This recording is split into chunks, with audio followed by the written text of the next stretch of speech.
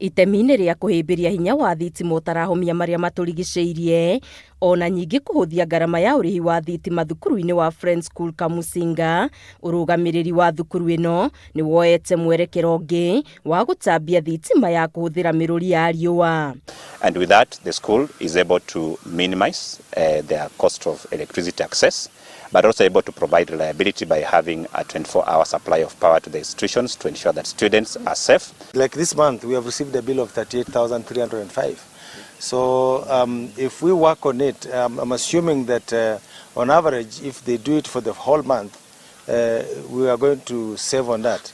Tabarĩra ĩno ĩkĩrĩgĩrĩrwo kũgacĩrithia mĩhang'o ya mathomo, kuona kũra gwa thitima mahinda kwa mahinda nĩ kũrathingithagia mathomo. It is also going to give an opportunity to our learners to learn uninterrupted, because sometimes we have power blackouts, sometimes the generator fails, but here we have a reliable source of energy.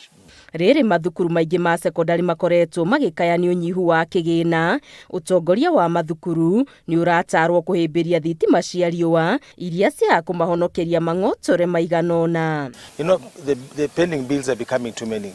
You know, parents are not able to meet the fees. We have students who are on scholarship. Some of these scholarship programs have not really run well, so we said we need to find a way to sustain ourselves. Thĩ yothe ĩkĩhũrana na mogwati ma gũcenjia kwa rĩera, andũ marathingatwo kũhĩmbĩria njĩra cia kũmatha hinya wa kũhũthĩka iria itarahukia marĩa matũrigicĩirie.